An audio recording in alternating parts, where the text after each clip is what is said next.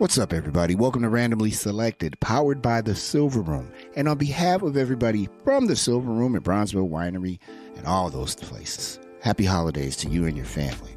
On today's program, we have Channyn Parker from Howard Brown Health.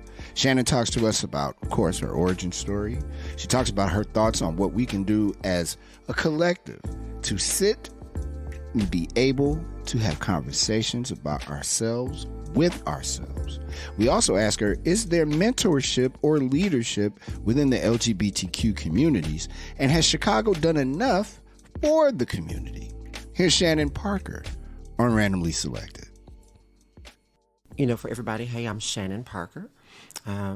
As is customary to today's culture and work-wise, I use she, her pronouns, you know. My goodness, how did I end up where I ended up today? So let's narrow that, because like you said, that's a big question. You want to let's narrow it with, are you a native Chicagoan? That's a good question. Yeah, I'm a suburbanite. Okay, because by way of Louisiana. Okay, yes. nice. Mm-hmm. What city in Louisiana? Baton Rouge. Sir, there you go. All right. Mm-hmm. Shout out to Baton Rouge. Yes, to the people down there. Yes, indeed. Absolutely. What brought you to Chicago? Oh God, relationships. Relationships. Chicago is just kind of the place to be. Yeah. Right? I grew up kind of in the suburbs, which was not far outside of Chicago. Mm-hmm. That Park Forest, Richland Park, Olympia Fields area. South suburbs. Right? Yeah. The deep hundreds. There you go. So it's a metro ride away. Yeah. My friends, my family circle lived here. So it just kind of felt like an organic gravitation. Mm-hmm. And here I've been ever since. So we're talking about in the actual city of Chicago. Maybe a little over 10 years. Nice. About 10, 13 years. Yeah. To migrate someplace for a relationship, I don't care if it's around the block, that's a real thing. Where young people do what young people do. Right. Say word. Yeah. So yeah. Instead of being able to sit at the table like we're doing and having a conversation, sure, it seems like it's a strain. It's already kind of difficult. I hope I don't get in trouble for Black people to sit at a table and talk together about things. Mm-hmm. It adds to that when you start adding things on to that. Mm-hmm. What aren't we doing right when it comes to being able to have a conversation with each other about each other? That's an excellent question. First and foremost, the first thing I think that we're not doing right is we are invested in being right, if that makes any sense. Yeah. We are sitting at a table with the investment in talking, but not the investment in listening. And I think, too, we are sitting at the table with the investment of understanding. Now, the reason why I kind of say that is a unrealistic aspiration is because I can't possibly understand you because I'm not you. And you can't possibly understand me because, well, you're not me, right? But the common ground is that you don't need to understand in order to accept. And for some reason, folks have a tendency to think that acceptance means that I am in agreement. No. Acceptance simply means, I look at it like this. This is probably a very basic illustration. I don't like bananas. I hate bananas. Right. Hate them. I do not go to the grocery store and knock them off the shelf, however. Right? I simply don't buy them. Yeah. I have accepted the fact that the grocery store sells a fruit that I don't particularly like to eat. Okay? Right. So I think it's the same thing. I think that we're so overly invested in understanding, in accepting, understanding, agreeing is what I meant to say, as opposed to accepting, right? That there are some things that are in the world that are what they are.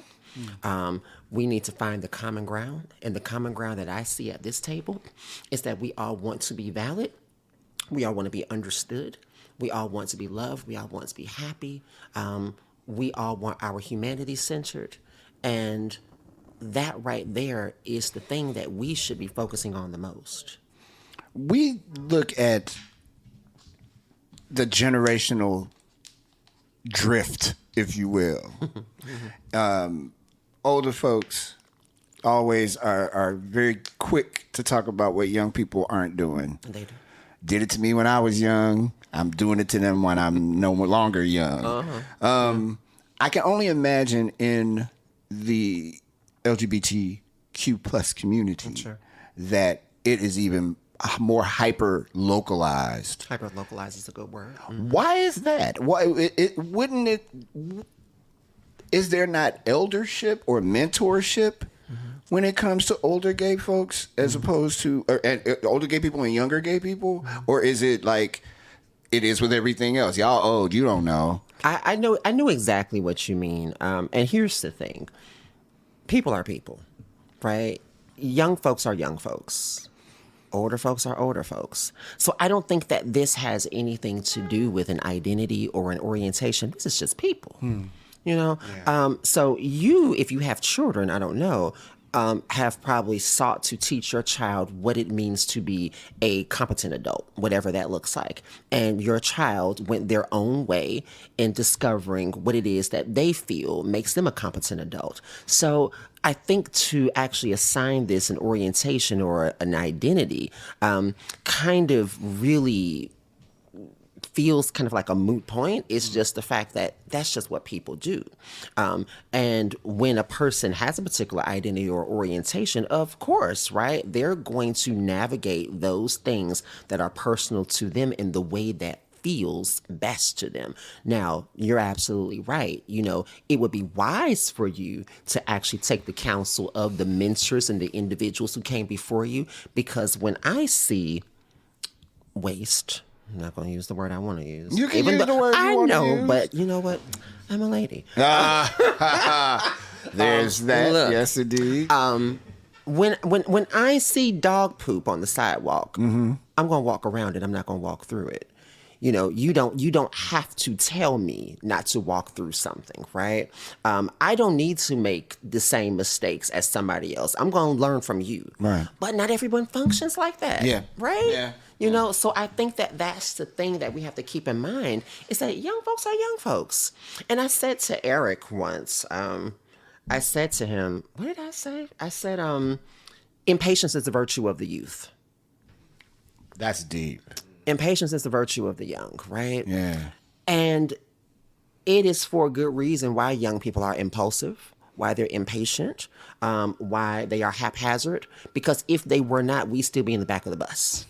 Say right? that. Yeah, we'd still be drinking out of colored and white fountains. We would still be doing a lot of things that we have traditionally done out of safety.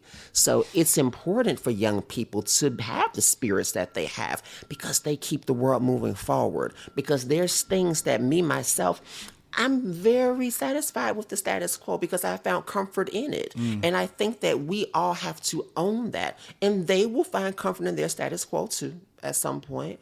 But we can't rest in that. We have to continue to move forward. One thing I will say about young people is that I think that young people have a tendency to forsake the world at present for the world they want to see, which also is not necessarily a very wise thing to do. But we have to be committed to creating the world that we do want to see while moving forward. So I know I said a mouthful. No. But I don't think that this is something that can be necessarily assigned to an identity. And I don't think that there's a right way to be gay or anything else, right? None of this is linear or binary. It's not monolithic. Yeah, right? Yeah. And this is why I love these conversations. And I know that there might be folks listening, or there may be other folks who are probably like, oh my God, I can't believe she's even entertaining this conversation. But I believe that we have to create more understanding in this world. We have to have dialogue. We have to sit at these type of tables, because this is how we actually get things done. And we create more safety, and we create more unity. Because I'm sitting across from somebody that's Black. Yeah, there's that. And I'm Black. Yes. And I always say, above all things, I'm Black. Yeah. When I'm walking down the street, my being a trans woman is not something that immediately jumps out at you, right? They see a Black woman walking down the street. And there's a lot of perils that come with that unto itself. So the secondary pieces of my identity really is not the first and foremost thing on my day-to-day mind. So again, I'm invested in these conversations for the sake of understanding, for the sake of unity, and collaboration and coming together with humanity at the helm. I want to ask if you think the city of Chicago has done enough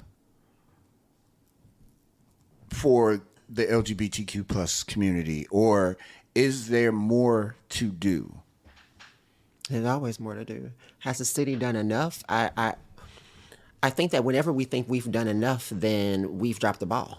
I don't think the city has done enough for anybody. I don't say that from a place of criticism. Right. I say that from a place of it is an unfinished work.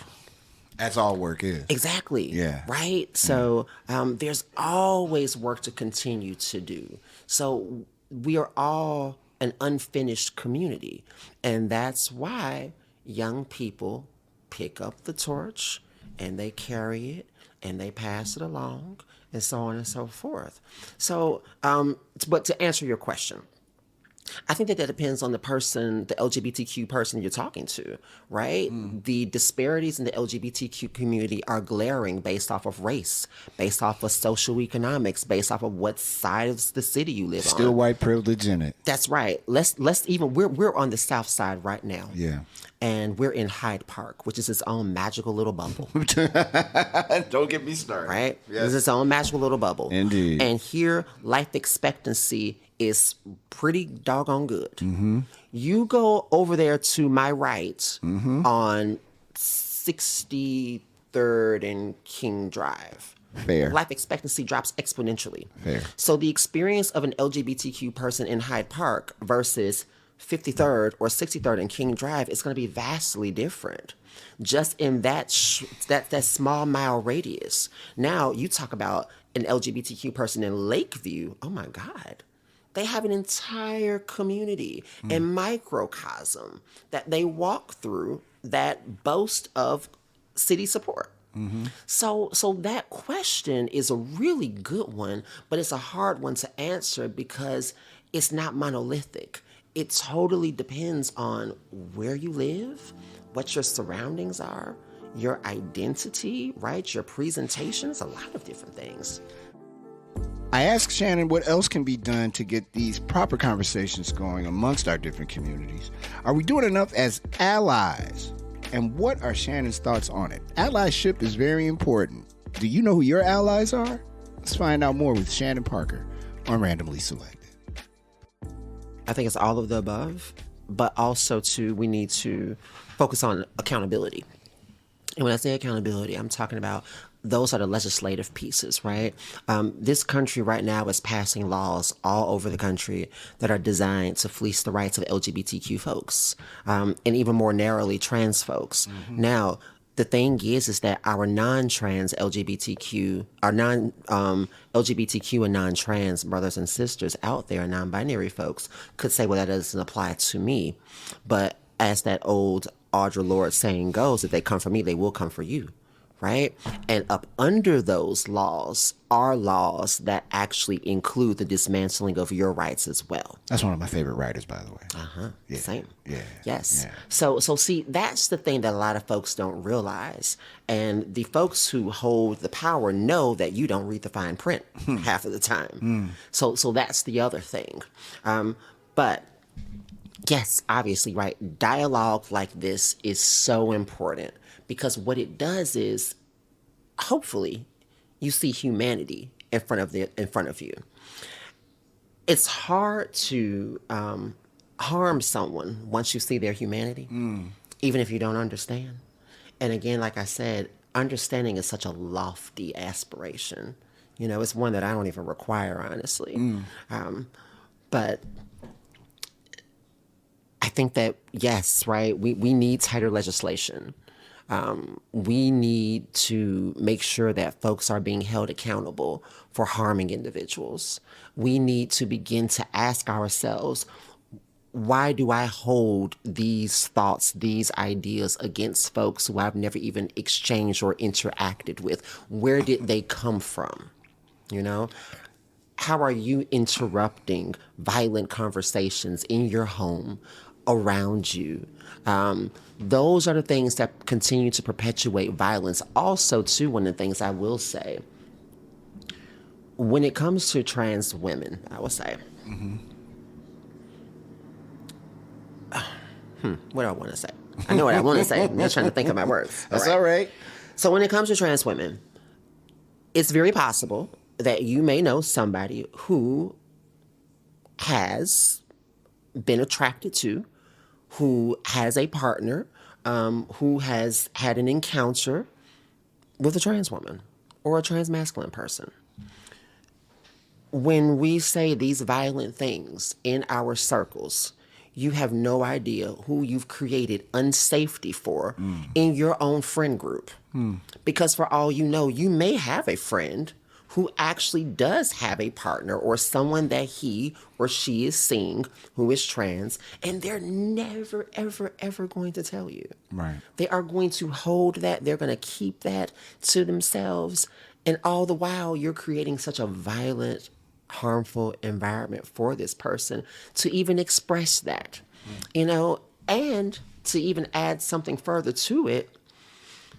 Some of the murders that we're seeing, even though there's not a lot of proof behind it, but now and again that there is, some of these women are murdered by men who actually, and I'm saying this in air quotes, loved them. Have dated them, have been with them, were friends with them. But the pressure that they were feeling to not be found out, to not be discovered, you know, what will people say, what will people think, causes a misdirected anger at that person that they end up heaping onto their bodies and kill them. To that end, allyship, right? Everybody needs an ally. Sure. Allyship tends to dress different for folks of color, for women, for gay folks, for everybody. Allyship is different. Of course. And I don't want to get this into a checklist of you telling us what we need to do to get our shit together. But Thank you. You're welcome. But do we do enough to really represent our allyship? It's not just going to a club with your friend. It's not, I mean, you know what I'm saying? I feel like we are missing opportunities to fix a lot of this stuff that is happening in our community.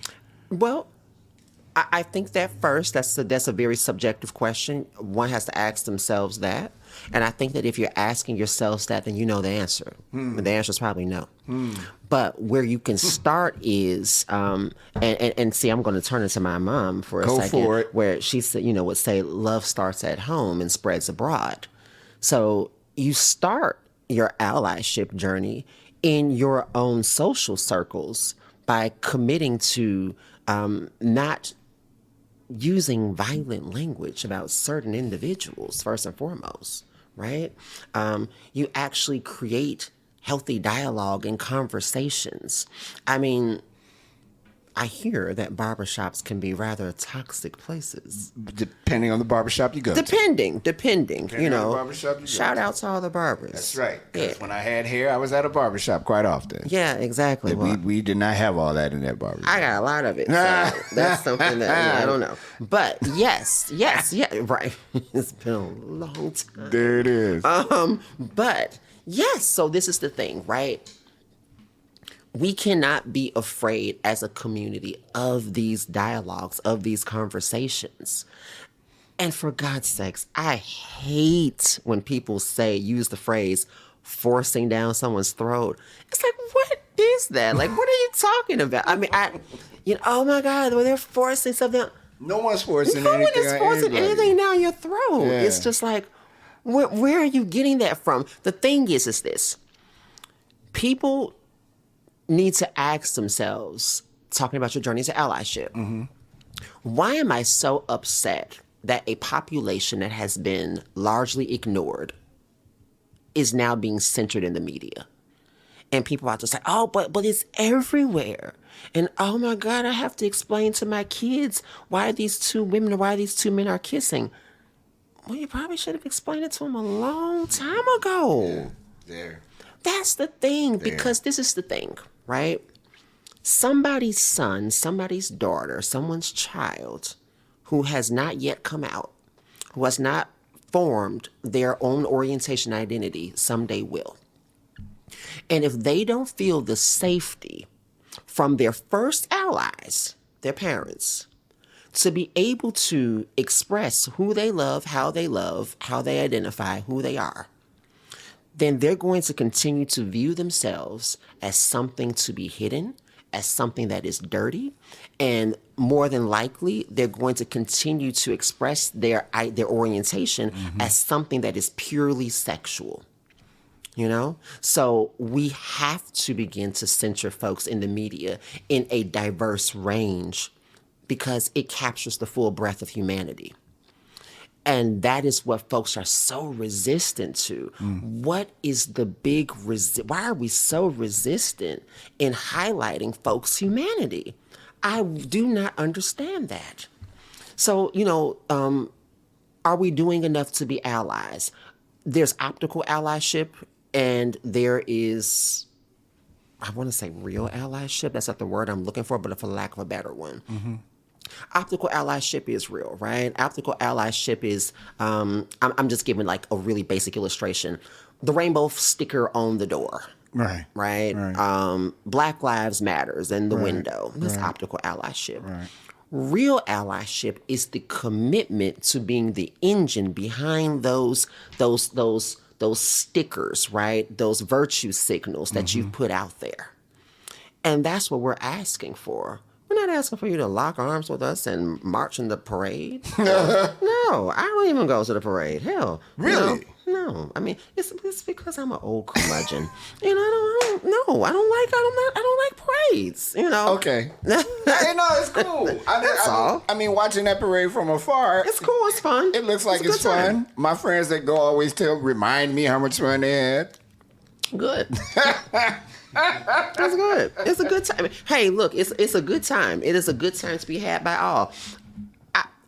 You'll see me more than likely somewhere having brunch. Yeah, say that. Right. Look, the gayest thing that I do, well, and it's so stereotypical. Y'all are just like, some of y'all sitting back saying, well, I go to brunch too, Channyn. Yes, that's true. But the gays, we love brunch.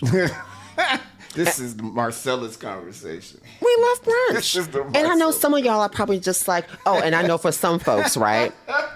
Well, why does Channyn use the gays? Because I feel very wedded to the LGBT community. I do. That's just me personally. I do. Yes, my identity. I am a trans woman, absolutely. But I do. I feel very anchored to the LGBTQ community. I do. So yes, I will jokingly and lovingly consider myself sometime a part of the gays. And yes, we love brunch. I asked Channyn about Elise Mallory and the importance of Elise Mallory. And we have a whole bunch of great closing thoughts from Channyn. This is it. It's randomly selected, powered by the Silver Room. This is why I say young people are awesome. Because here I am, right, a part of the community. Yes. And I can't keep up sometimes, right? I don't know.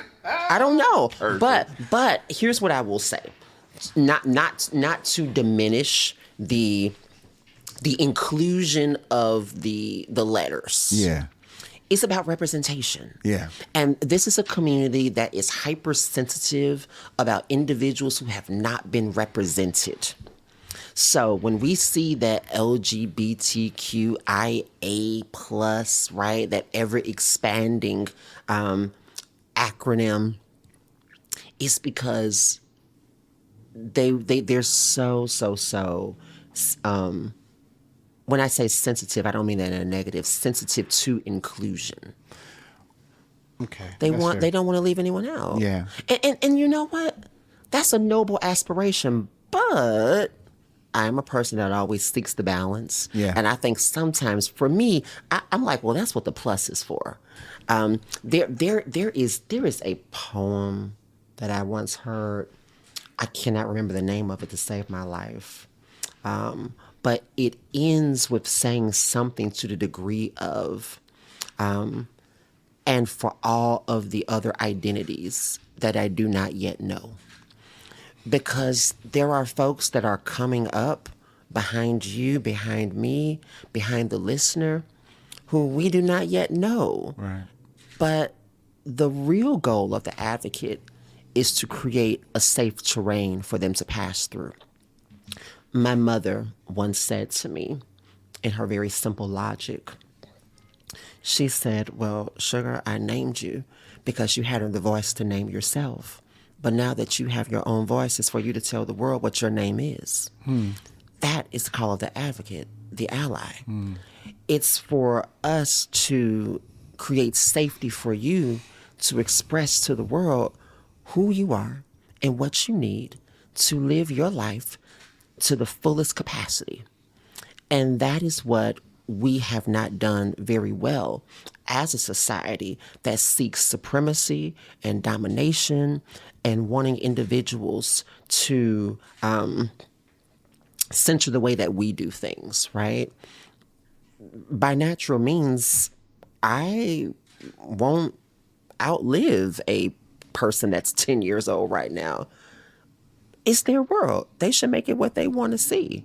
You know, I hope they make it a good one.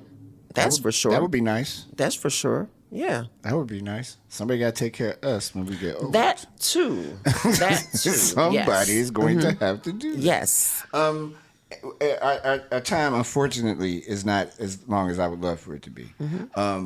But I need to talk about Elise Mallory. Okay. And in talking about Elise Mallory, one of the saddest things that has ever happened to me, in my mind, in this city, was what happened to Elise Mallory. The lessons we've learned post that, I think, are very important too. Talk about the legacy of Elise Mallory. So I knew Elise, not necessarily intimately or personally, but what I do know about Elise is that Elise was a champion of trans rights, right? She was somebody who loved the therapy collective. She was someone who loved, Equality Illinois and so many other, places that censored the rights of trans people. Elise was a very gentle spirit, very soft-spoken woman who just, again, I think sometimes when people say who just lit up rooms is a little overused. But no, this was someone who truly, truly did. Yeah. And I wish I had more to say from a place of intimate detail because I don't. But what I know, the things that I know that she brought to this city, to this state, and to this world, particularly, I know that she worked for the Attorney General's office. Absolutely. Yeah, that's what I thought. Yeah. She did a tremendous work in her short life, one that should be carried on, and continued for the rest of us here. Yeah. Real quick, talk to me about Howard Brown Health and your role at Howard Brown. Howard Brown, that place. Yeah. Yes. So shout out to everybody at Howard Brown. Shout out to Howard Brown. I love Howard Brown. Yeah. Our CEO, David Ernesto Munar. Absolutely. Is an amazing man who definitely is standing fast amidst many transitions at the moment. So Howard Brown Health, we are the Midwest's largest LGBTQ plus serving organization. We serve about 30 to 35,000 patients a year on average. Our services range from everything to primary care, to dentistry, behavioral health, but also we have youth services for seniors, STI, STD, testing and treatments. Got my COVID shot. There we go, right? HIV. My goodness, our services really do run the gamut. What do I do there specifically? So I am the director of community and strategic partnerships. What is that? What does all that mean? My job is to form relationships with community members who want to engage with the organization, but also my role is to be responsive to community needs and see how Howard Brown can support in filling that gap, right? We censure patient care and patient health. That's our primary goal. So we know that community health is important. We want community to be healthy. We want them to come in, and we want them to be able to access our services in a way that feels good for them. Right on. And really quick, I got to ask, Yes. because it's in the news Please. as we recorded today about Brave Space Alliance and what they're going through in Sure. the transition with their leadership. Yes. There are more than a couple of organizations in 2022 that have gone through dramatic transitions. Of course. Brave Space Alliance does amazing work in Chicago. Yes. Period. That's right. Absolutely. Fact. They do amazing Absolutely. work. Are they, in your mind, will they be able to maintain, even though they're going through this change right now in the leadership and all those things that have happened? Brave Space Alliance is thriving. It is healthy. It is fiscally sound. It is community rooted and centered, and they are doing the work. You know, Yeah. I'm so proud to be the board president of the. You're like you sure are. Yeah. No, I did not know. I am. And all I actually, Pete, watch, Eric gonna be like, but you didn't do the research. I did. I just didn't see that part that you were on Eric, their it's board. okay. Yes. Thank you. It's okay, Eric. Start calling you when I get in trouble. There you Eric. go. I am the board president. Jay Rice is our interim CEO, who was doing a fantastic job. And yeah, you know, places like Brave Space are needed. The mission is surviving and it's thriving, and it's taking care of community.